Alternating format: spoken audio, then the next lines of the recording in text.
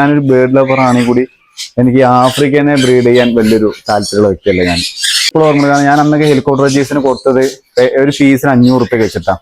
കാരണം അത്രയും ഡൗൺ ആയിപ്പോയി, അത്രയും മാർക്ക് ഡൗൺ ആയിപ്പോയി. ഇന്നിപ്പോൾ ഏകദേശം അപ്പോൾ ഞാൻ സ്റ്റാർട്ടിങ് കയറി വന്നത് ഫിഞ്ചസിനായിരുന്നു. എൻ്റെ നല്ലൊരു ഫിഞ്ചസും ഇല്ല. ബഡ്ജീസ്, ഷോ ബഡ്ജീസ്, അതിലൊക്കെ നമ്മൾ അത്യാവശ്യം കുഴപ്പമില്ലാത്ത രീതിയിലൊന്ന് ക്ലച്ച് പിടിച്ചപ്പോൾ പിന്നെ നമ്മൾ കൊനൂറ് എടുത്ത്. Hello guys, welcome back to channel ബേഡ്സേക്ക്. അപ്പോൾ ഇന്നത്തെ വീഡിയോ മറ്റൊന്നുമല്ല കേട്ടോ.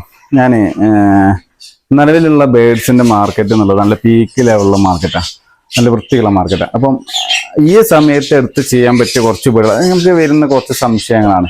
അപ്പം അത് ഞാൻ എന്താക്കി അത് ഒരു വീഡിയോ പോലെ ചെയ്യാന്നുള്ളൂ കേട്ടോ. നമുക്ക് നേരെ എൻ്റെ വീഡിയോയിലേക്കും അതിന് ചാനൽ ഇതൊരു സബ്സ്ക്രൈബ് മാർക്കുക, സബ്സ്ക്രൈബ് ചെയ്യുക, തൊട്ടുള്ള ബെല്ലേക്ക് മാർക്കുക കേട്ടോ. നേരെ വീഡിയോ.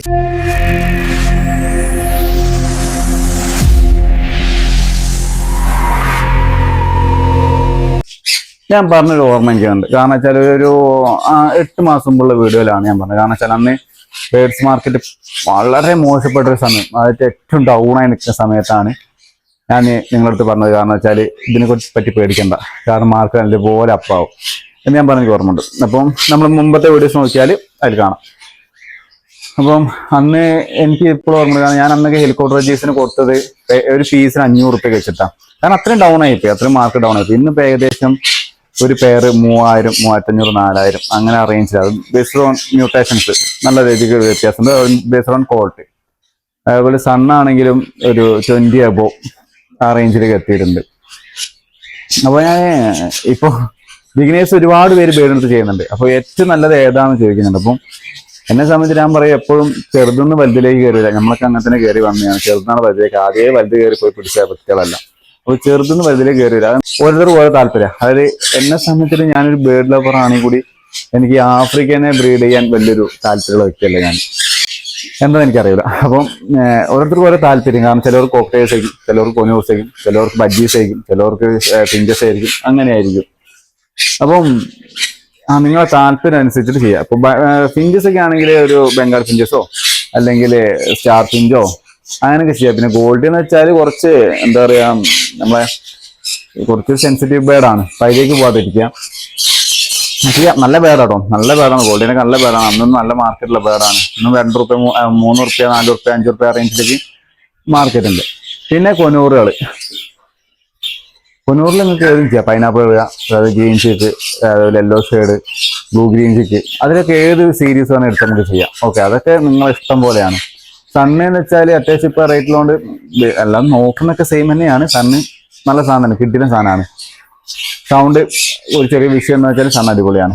പിന്നെ വെച്ചാൽ നമ്മൾ ബഡ്ജീസിലേക്ക് പോവുകയാണെങ്കിൽ എനിക്ക് എപ്പോഴും ഞാൻ പറയുന്ന പോലെ ഷോ ബഡ്ജീസ് പെർഫെക്റ്റ്, നല്ല സാധനം നോക്കി സെറ്റിൽ ചെയ്താൽ അടിപൊളിയാണ്.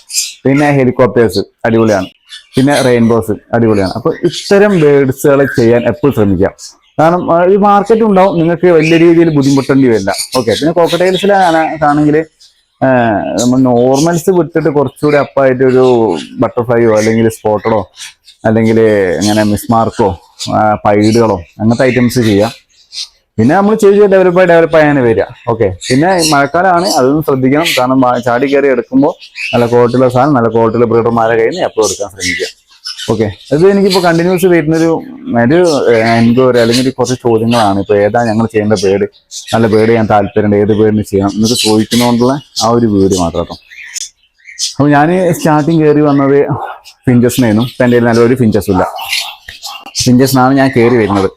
പിന്നെ നേരെ ബഡ്ജീസ്, ഷോ ബഡ്ജീസ്, അതിലൊക്കെ നമ്മൾ അത്യാവശ്യം കുഴപ്പമില്ലാത്ത രീതിയിലൊന്ന് ക്ലച്ച് പിടിച്ചപ്പോൾ പിന്നെ നമ്മൾ കൊനൂറുകൾ എടുത്ത്. പിന്നെ കൊനൂറുകൾ കൊനൂറുകൾ സൺ കൊനൂറായി, അതിൽ തന്നെ കൊനൂർസ് തന്നെ ബ്ലൂത്തോട്ടഡ്, ഫേസ് ഫണ്ടഡ്, റോസി ഫണ്ടഡ്, അങ്ങനെ ഓരോ കൊനൂറുകളായി.